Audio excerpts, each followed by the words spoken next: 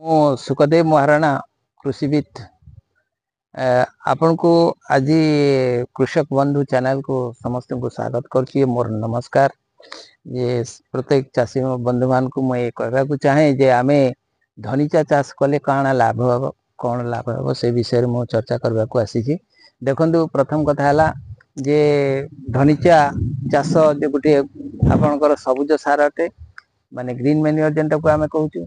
अच्छा से आपनकर विभिन्न प्रकार फसल अच्छी धनिचा है सनेम बेला आपनकर मुग बिरी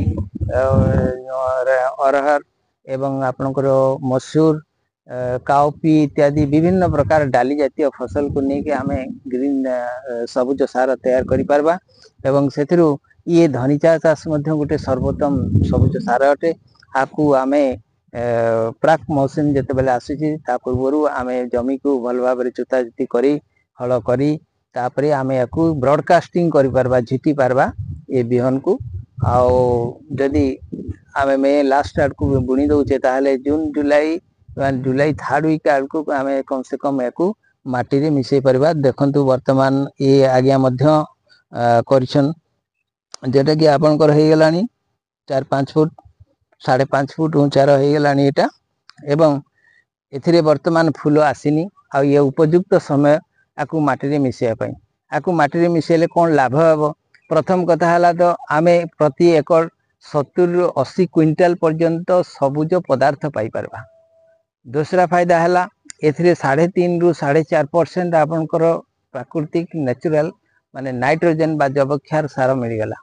तेणु जो रासायनिक सार माने आमे प्रयोग करूचे नाइट्रोजनियस फर्टिलाइजर जो प्रकार रासायनिक सार को आमे केमती कम करबा विशेष करके नाइट्रोजन फर्टिलाइजर जेटा कि आमर माटी की मध्य खराब करुच्ची वातावरण मध्य खराब होची तो सेथिरु बंचवा लगी हमको ये जो माने जैविक चाष भाव रे एटा जैविक चाष रे गोटे अंश विशेष है। ये धनिचा चाष माने प्राकृतिक रूप रे आमे माटी को नाइट्रोजन सप्लाई करुचे ता संगे संगे आमर माटी को जेन कम से कम 5% ऑर्गेनिक मैटर रहबा कथा सेही ऑर्गेनिक मैटरटा निश्चित भाव रे एठु हमें पाई परबा।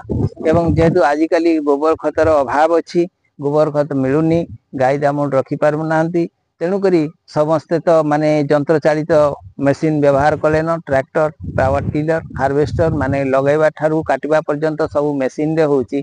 तेणु वर्तमान आम पाखे पशुधन पूरा कम हो गलानी तो पशुधन कम होला परे गोबर खत मध्य मिलवा असंभव हो जाउची। तेणु तार जो विकल्प अच्छी सुंदर विकल्प है आपनकर ये गोटे धनिचा चाष।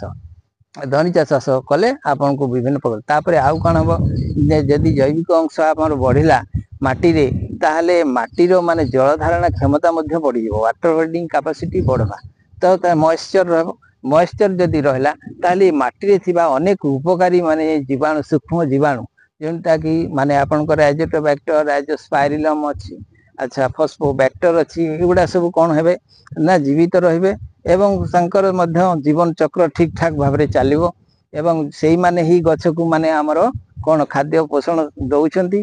तेणु करी ए धनिचा चाष गोटे बहुत बढ़िया चाष है जे निश्चित भाव रे मु आशा करबी आपण माने याकू सब बेले प्रैक्टिस रे रखंतु चाष करंतु एवं किछिटा अंश आर माने बिहन पाई मध्य सुरक्षित करी रखंतु ता सो दैट आपण कोन करिवे ना भविष्य रे कहारी ऊपर निर्भर करबा को पड़बन। बहुत बहुत धन्यवाद। आशा करूची आपण माने को जदी अध्याय भल लागिथिबा ताहले लाइक करबे सब्सक्राइब करबे एवं हमर आगामी जो एपिसोड रे जहाँ हमें देबू ताकू देखबा पई आपण नोटिफिकेशन मध्य पाइबे। बहुत बहुत धन्यवाद। नमस्कार।